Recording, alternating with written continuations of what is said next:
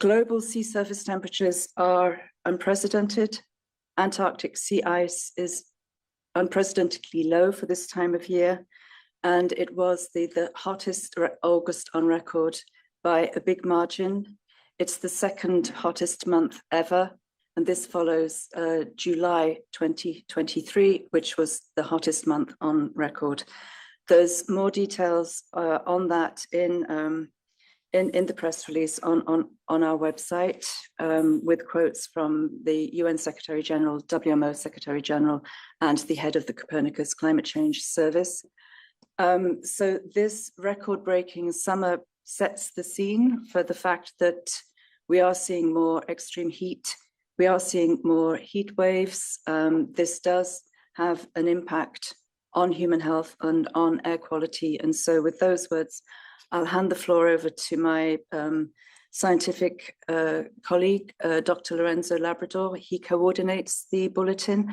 Then on the far left, I have Sarah Bazart, and she is, if you have questions specifically on wildfires and sand and dust storms, she can respond to those. But Dr. Labrador will make the main presentation. Thank you very much. Thank you, Claire. Good morning, everyone. It is my pleasure to present to you the third edition of the WMO Go Air Quality and Climate Bulletin. This is the third edition of this flagship publication, and as with previous editions, it aims to provide annual updates on the relationship and linkages between climate and air quality, as well as provide examples on how the two are highly dependent upon each other. This year's bulletin is an update on the year 2022 and put the spotlights on heat waves and their effect on air quality. The bulletin is based on input from experts in WMO's Global Atmosphere Watch program, which monitors air quality and greenhouse gas concentrations, and so are in a position to quantify the efficacy of the policies designed to limit climate change and improve air quality.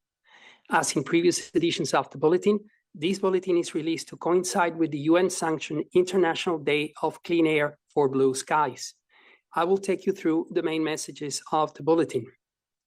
The 2023 edition focuses on heat waves, but presenting a series of case studies that examine the interconnection between particulate matter, climate, and air quality. Heat waves are expected to worsen with climate change, and several notable heat waves occurred in 2022. So we thought it worth to look further into the impact of this phenomenon on air quality. First slide, please. The bulletin starts by giving an update on the state of the global particulate matter concentration.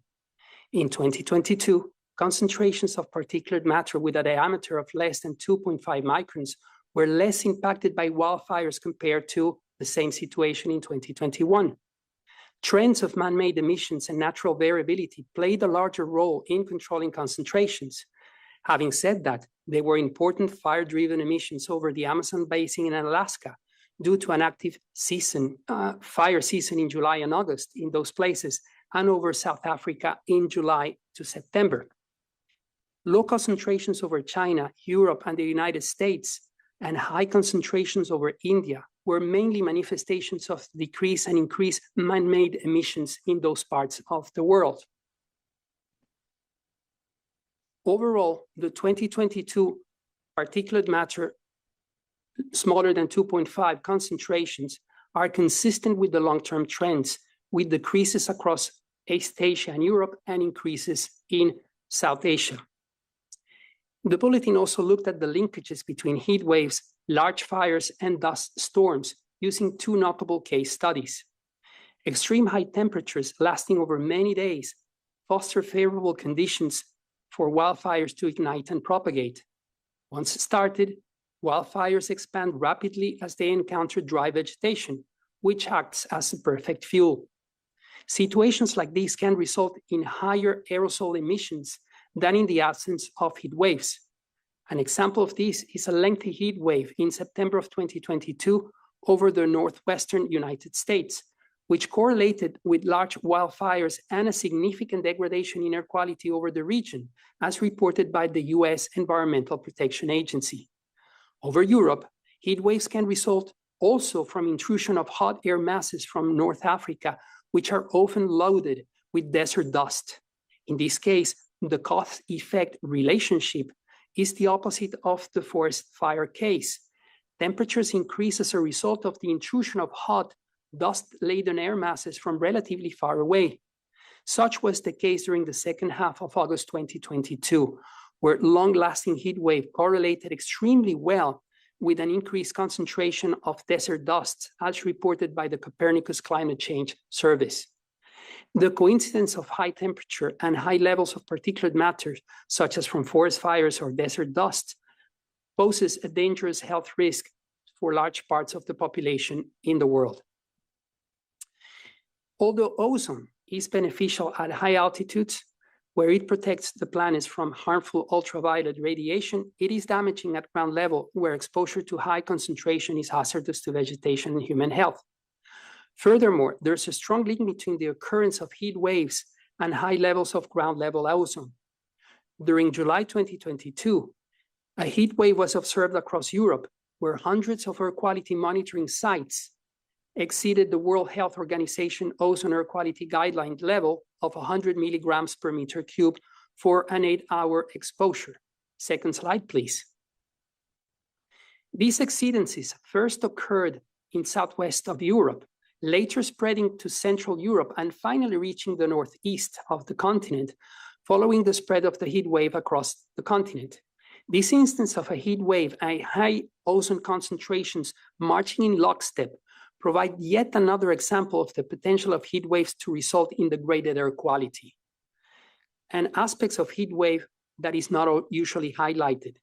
As ozone formation is heavily dependent on sunlight and high concentration of its precursor chemical species, the hot and stagnant conditions created during heat wave events exacerbate ozone production by facilitating the buildup of highly reactive chemical species over several days. Next slide, please. As you can see, when you have a heat wave condition, this is conducive to a faster formation of photochemical ozone near the surface, as the reactions that lead to ozone formation are highly dependent on temperature, plus the high pressure conditions associated with heat waves also trap the pollutants near the surface, which also facilitate this process. The 23 edition of the Air Quality and Climate Bulletin also looked at the effects of fire emissions as a source of atmospheric nitrogen deposition to ecosystem and its impacts on these ecosystems. Fires are also an important source of nitrogen compounds to the atmosphere. These nitrogen-containing particles and gases, which include nitrogen oxides, ammonia, and organic nitrogen compounds, travel downwind, where a portion returns to the air's surface in the form of wet and dry deposition. While nitrogen deposition can have a beneficial fertilizing effect, many areas around the world receive nitrogen deposition at rates that negatively impact ecosystem health and, subsequently, the quality of services that these ecosystems provide to humans, such as biodiversity, clean drinking water, food and forest products, and carbon storage. A recent study highlighted the importance of fire as a large, yet poorly understood source of nitrogen to downwind ecosystems. A wildfire forecasting system model predicted a significant increase in total nitrogen deposition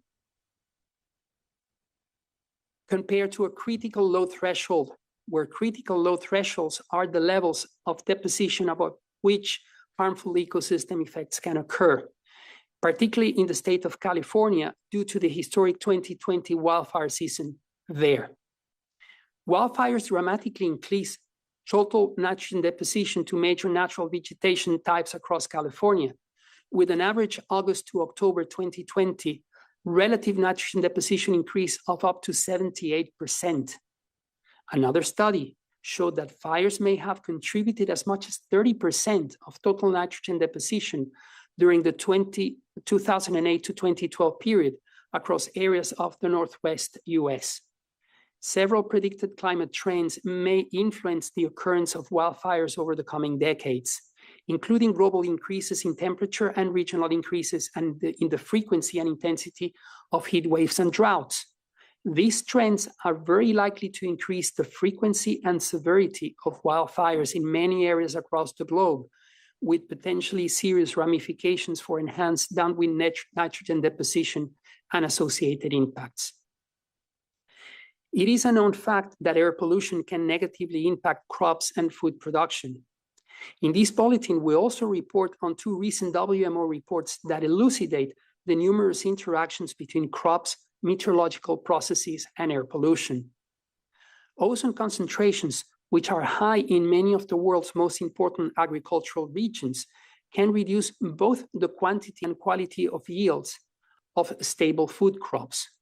For example, globally, ozone-induced crop losses average 4 to 12% for staple food crops, with wheat and soybean losses as high as 15 to 30% in key agricultural areas in India and China. And while in recent decades, emissions controls have reduced ozone pollution in North America and Europe, in emerging economies, ozone concentrations are rising and may keep rising unless emissions are strongly abated. Agricultural activities are an important contributor to the emission and formation of particulate matter. For example, land clearing and the burning of crop residue lead to extremely high particulate matter pollution downwind in the regions where aerosol concentrations are high. And PM can negatively affect plant metabolic processes as well. Lastly, the 2023 edition of the Air Quality and Climate Bulletin concluded with an overview of how urban environment impacts air quality and climate. A new WMO report examines the current understanding in this domain and the need for better assessing the canopy layer urban heat island and the contrast in temperature between urban and rural settings slightly above the surface at about 1.5 meters, where human health is mostly directly affected. From an ongoing study conducted in the city of Sao Paulo, Brazil, both temperature and CO2 measurements from 2 parks indicated that urban heat island effect is reduced and CO2 emissions are partly mitigated by incorporating more green spaces, within cities, pointing to the benefits of nature-based solutions for climate change. In conclusion, this bulletin takes on the same topic as next year, which is to push the idea that air quality and climate change should be studied not as separate subjects, but should be studied together.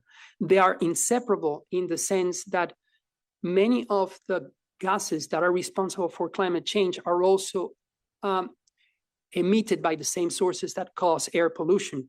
Furthermore, there is an intricate link in the set of chemical reactions whereby atmospheric pollutants are produced in part from global greenhouse gases. So the subject needs to be treated as one. And in this bulletin, we have provided further evidence that this is the case, whereby we see that climate change episodes go hand in hand with increased air pollution episodes in many parts of the world. Thank you very much.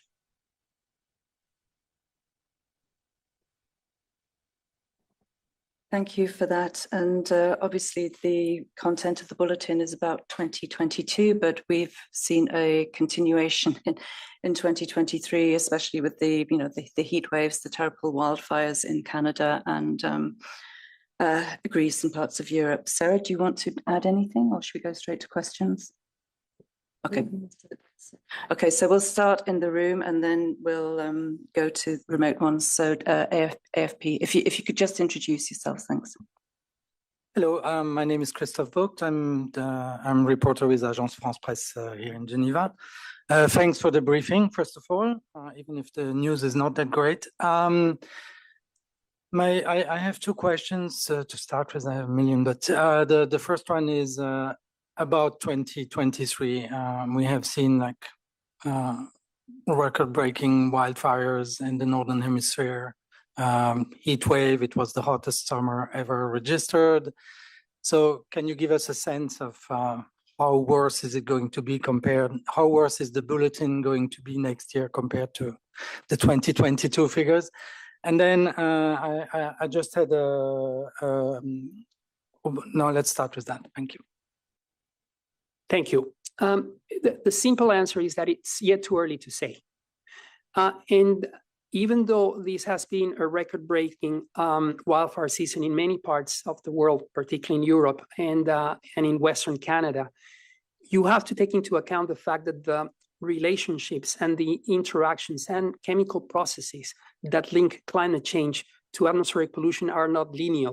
So while we may expect an increase in atmospheric pollution due to these wildfires, which are partly due to climate change, we cannot say for certain how bad or how much worse the situation is going to be about this year. We have to wait until the data is collected, until summer is definitely over, and the scientists have time to analyze the data and come up with conclusions. It'll be early and unfair to say that because what we have seen has been worse so far, we can expect worse episode pollutions. It is a probability, but we cannot go out and say that at this very moment. We have to wait for all the data to be processed after the year is over. Yes, there is you were saying that it's really important to see climate change and air pollution together.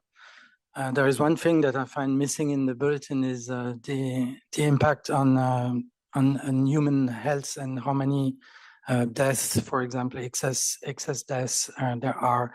Is there? I know that WHO had a study out in 2019 where they were trying to have an evaluation on that. But could you foresee that you guys would work together to have everything in one bulletin, in one document, where we could see what the impact on human life is? Yeah.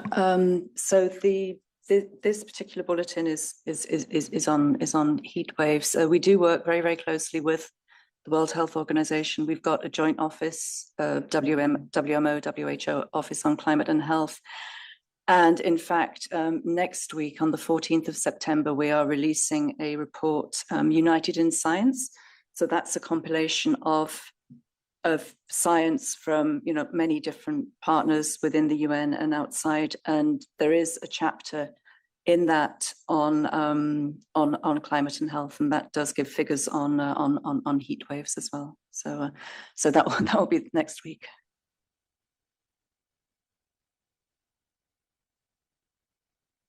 Well, I could add to that the example of the heat wave and high surface ozone episode that the bulletin covers during the 2022 heat wave across Western Europe. There we saw a clear relationship between a heat wave and increases in surface ozone beyond the guideline limits established by the WHO. So there you have a clear and direct impact on human health by having ground level ozone levels that are beyond what WHO has established as a safe level. So you can see these kind of impacts. Of course, it takes time for those data to be processed and for people, scientists at WHO, to fully and directly assess the health impact of these kind of events.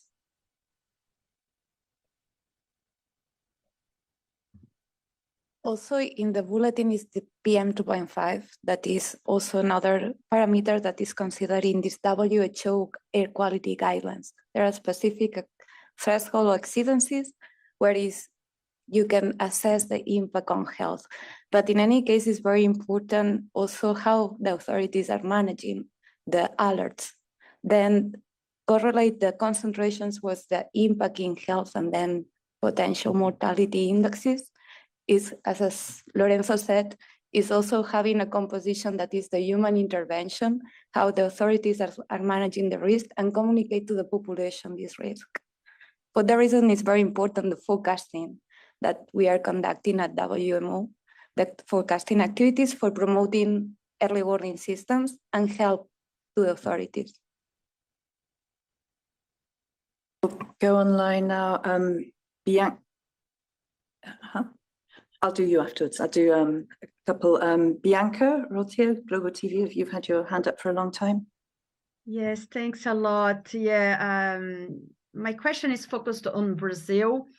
I would appreciate if you could share a quick view on the conditions in Brazil, like relation between the fires, the deforestation in the Amazon forest, for example, and the quality of the air, and also on climate change. And I have also a more specific question. Not sure if you are following, but there is an extratropical cyclone that has been causing a terrible damage in the south of Brazil with more than 20 deaths. What could explain it, and could it be related to the climate change, everything that we have been facing? Thanks a lot. Thank you for your question. I'll try, I'll have a stab at the first question first. The situation in the Amazon forest is a very complicated one. The Amazon is a very complex system to begin with. And we know that deforestation is one of the factors that is affecting the normal functioning of the forest as an ecosystem, and at the same time increasing levels of air pollution in areas of Brazil. There are certain parts in the Amazon basin that have become net sources of CO2 as opposed to sinks. So, but the situation is very complicated and is very much in evolution. So we cannot at a moment say what the situation will be down the line, because that partly depends on how the deforestation and wildfire control works at a given time. And this is also a situation that is changing by the year, but definitely land clearing and a slash and burn agriculture in the Amazon basin are two factors that severely affect air quality and affect the ability of the Amazon forest to sequester carbon for certain. Concerning your second question, yes, we are aware of that cyclone. However, we should not and are not in a position to ascribe any one event to climate change in particular. I mean, what climate change does, it usually enhances the possibility or makes it more likely for extreme weather events to happen and to be repeated in the future. That we have seen, and studies are out that basically quantified the likelihood of weather events increasing as a result of climate change. But we should not fall into the temptation of adjudicate one single event to climate change. They may be enhanced, they may be more likely than before, but yes, it is an unfortunate event. Thank you. So we'll go in the room now. Isabel from EFE, Spanish News Agency. Yes, Isabel Saco with EFE. I would like to clarify in the press release, you are noting the negative impact of the degrading quality of the air and pollution. But I would like to be clear if this degradation, you observe this degradation all over the world, or is in particular in some parts, in some regions of the world? Because at a certain moment you mentioned the situation is less bad in Europe than now. We are expecting less bad in Europe than in East South Asia.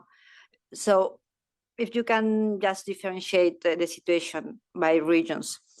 And if and secondly, on the impact on human health, could you just mention what are the conditions or pathologies that are exacerbated because of the aggravating situation of air pollution, degraded situation? Thank you.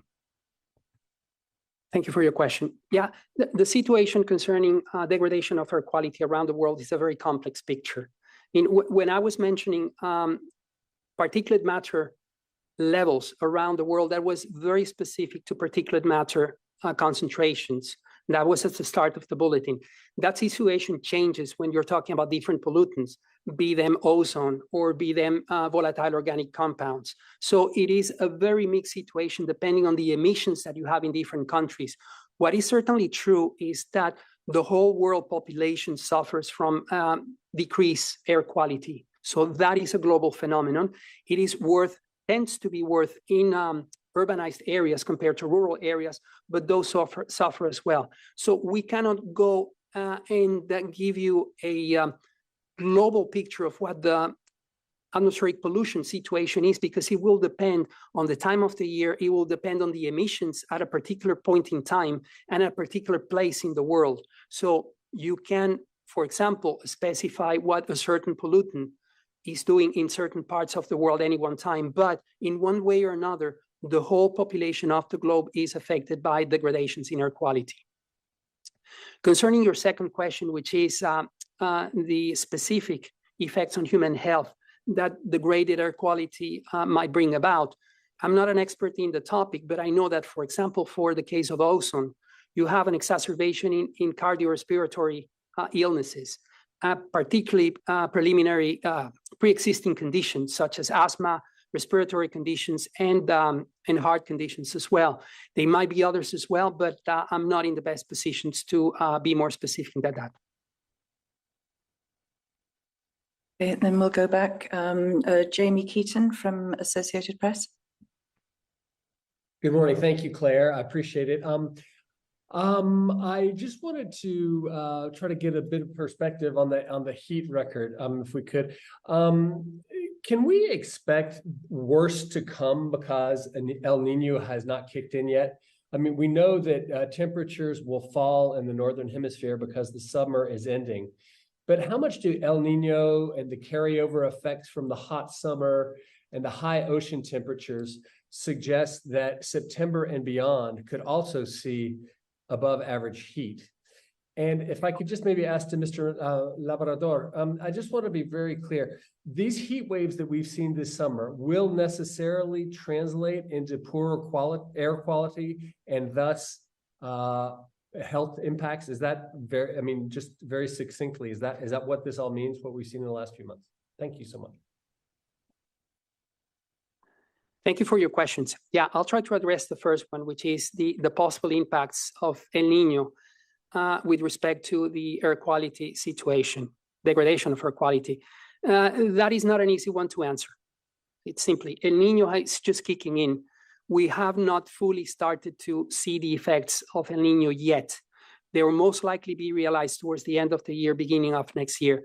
What the situation will be vis-a-vis the degradation of air quality, I will not venture to give you an answer because it depends on many interrelated and interdependent factors that we cannot really quantify at this moment.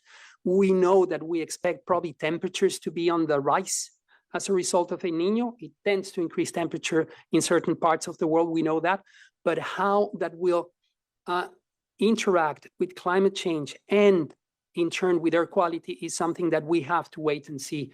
But if heat waves increase as a result of El Nino, yes, we may probably expect a further degradation in air quality as a whole. With respect to the second part of your question is whether we expect the record heat waves that we've experienced this summer to have an effect on air quality. The simple answer, yes, is that we expect to see some effect as well. As I said before, we are not sure of the magnitude of that effect, given the non-linearity of the relationship between air quality and climate change and the interactions and chemical reactions that mediate both of them.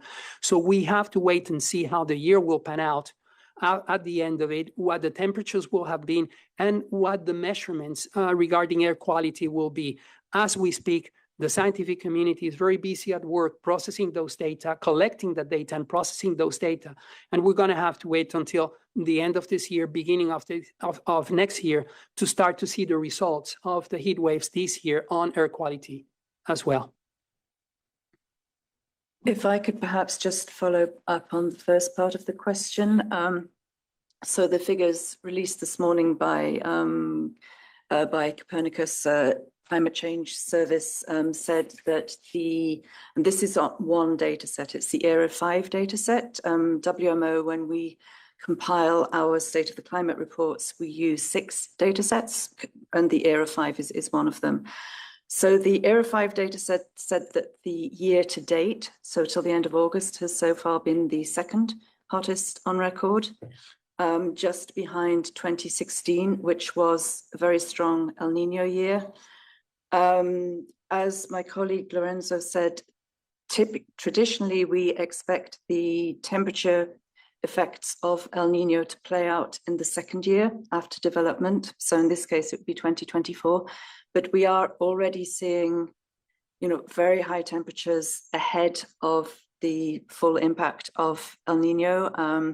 And the record Atlantic sea surface temperatures, for instance, came ahead of and are not directly related to El Nino. So, and just to remind you that back in May, the World Meteorological Organization, we issued a report, predictions for the coming 5 years. And we said that it's 98% certain that one of the next 5 years, so until 2027, I think, will be the warmest on record, and that there is a 66% chance that one of those years within that 5-year period will pass temporarily, and we stress temporarily, will temporarily pass the 1.5 degree Celsius limit.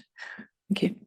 And now we go to Jérémy Lange, Radio France. Jérémy, I didn't say Lorenzo is francophone, so if you would like to ask your question in French, please feel free. Thank you so much, Claire. And indeed, I will ask it in French then, si c'est possible.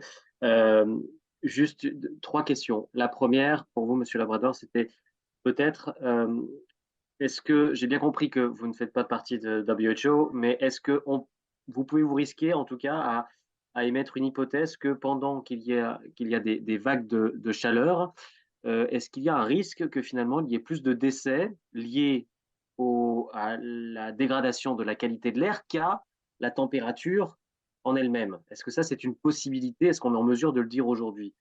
La deuxième question, c'est sur l'intensité qui augmente des vagues de chaleur, la fréquence aussi. Mais est-ce qu'on peut dire aussi que la durée des vagues de chaleur augmente et que la période de l'année pendant laquelle elles arrivent, que ce soit l'hémisphère nord ou l'hémisphère sud, augmente aussi? Ça, c'est quelque chose, c'est pas forcément la même chose, mais je ne le vois pas dans le bulletin. Et peut-être une troisième question, mais c'était sur la répartition géographique, on en a parlé tout à l'heure, mais est-ce qu'il y a un seul endroit dans le monde qui est épargné aujourd'hui par les vagues de chaleur? Merci de votre question, Jérémy. Je vais essayer de répondre une par une. Par rapport à la première question, je n'ose pas aventurer une prévision à propos des effets sur la santé humaine à propos des vagues de chaleur dans l'avenir, mais je peux vous parler des choses qui sont déjà passées, telles que la vague de chaleur en 2003, où il y a eu une intensification des épisodes de descente de la surface dans une grande partie du continent européen. Et aussi, on a eu une augmentation assez forte de la taux de mortalité pendant cette vague de chaleur aussi. Donc, plutôt qu'aventurer une prognose, je me réfère à des choses qui se sont déjà passées où on a une évidence claire et forte des effets des vagues de chaleur sur la santé humaine. Et 2003, c'est un des meilleurs exemples qu'on peut trouver sur le continent européen. Pendant la deuxième question, si je ne me trompe, c'était à propos des vagues de chaleur, si on peut faire une prévision à propos s'ils vont être plus forts et plus longues. Il y a une possibilité que le changement climatique, le réchauffement climatique va intensifier et va multiplier le nombre de vagues de chaleur aussi que leur intensité. Je ne suis pas maintenant en position à vous donner des figures à propos d'une telle augmentation, mais on commence à voir déjà plus de vagues de chaleur qu'on le voyait avant et des vagues de chaleur qui sont aussi fortes et assez persistantes.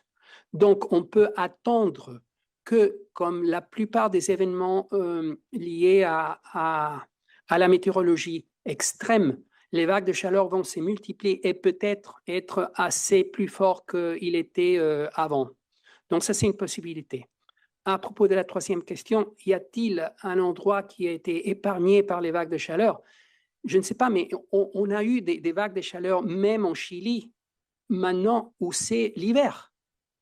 Même dans l'Antarctique, on a enregistré des températures qui étaient complètement assez de la norme.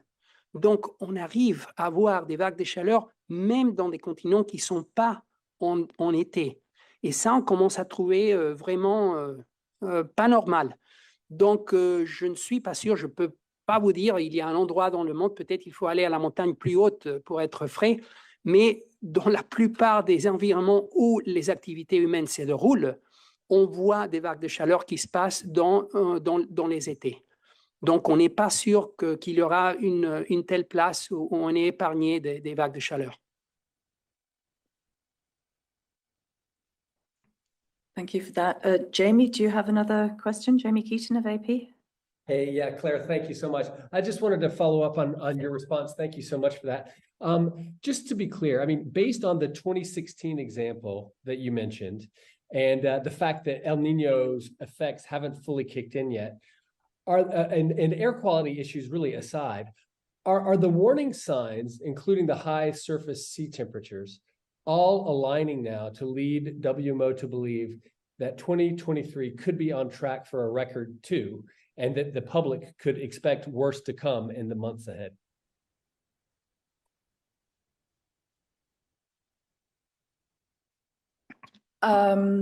The data which have just been released say that we're so far the second warmest year on record. We have to wait and see what happens, for the rest of the year when El Nino will start kicking in more. The example of 2016, it was a 2015/2016 El Nino, and we saw the record temperatures in 2016. But obviously, what is of particular concern this time around is the very high sea surface temperatures. And to reiterate, our prediction that was issued earlier this year did say that there is a 98% chance that one of the next 5 years will be the warmest on record. So it's a matter of time.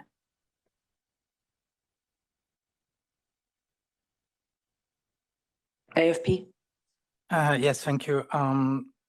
It's not directly related to the bulletin, but there was a really interesting post overnight by a scientist called Patrick Brown that you might know. He published a recent study in Nature about the link between climate change and forest fires.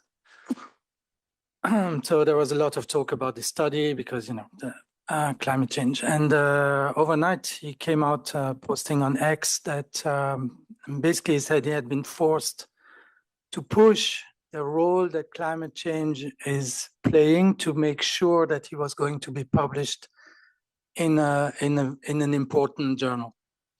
So I was just wondering, first of all, are you aware of that? And would you have a comment on that?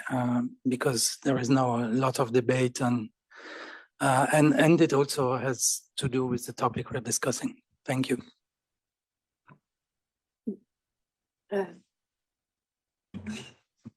I can do it. Yeah, I read the post.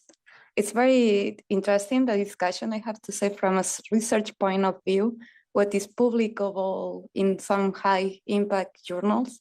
And it's true that climate change now is a very trendy topic.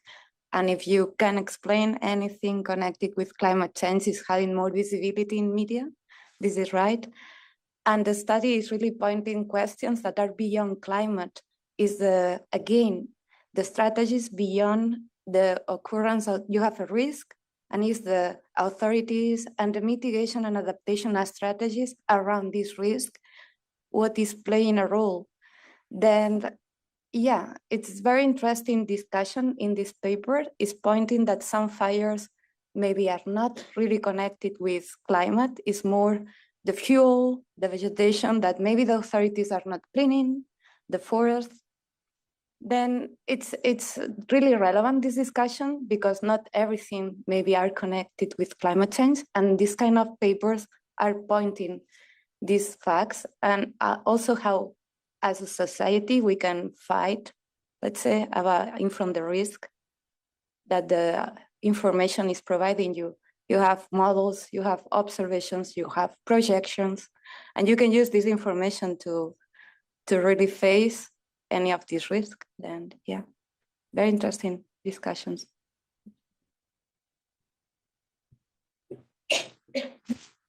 If I can just add, there's also, I think there's a distinction between fire weather, so weather which is conducive to wildfires, and the fires themselves. So the Intergovernmental Panel on Climate Change reports do address the issue of fire weather, but you can light a fire with a match or a cigarette or faulty electrical wires, and that's not necessarily to do with climate change. Just to follow up, if I may, the The problem is also that he was forced to angle his story more on climate change. In fact, that's what he's saying. I don't know, to make sure that it was going to be read. So let me just ask very bluntly: is that something that would happen at WMO? I can say some words if you want. It's okay. I mean, in WMO, we are doing research on understanding the processes that are connected with the aerosol chemistry and atmospheric chemistry, and what is the different processes connected with the increase of emissions of particulate matter or other primary emissions. And we try to assess really the impact in the different time scales. There are processes that occurs very in short time, weeks, days, hours, and there are others that are more connected with long-term periods. Then in our case, we are focusing to identify those components that are more connected with climate change processes or climate itself, and the ones that are more connected with weather. If there is a priority in which is more important, I can tell you that in our case, we are working at the same level. There are also programs that are focusing in climate, like the WCRP program. And there is another one that is focusing in weather scales, meaning the WWRP program, the World Weather Research Program and the World Climate Research Program. And we are like cross-cutting between both of them because atmospheric chemistry is in both scales, and we are working together for understanding better these processes and can give you more information and better tools. Yeah.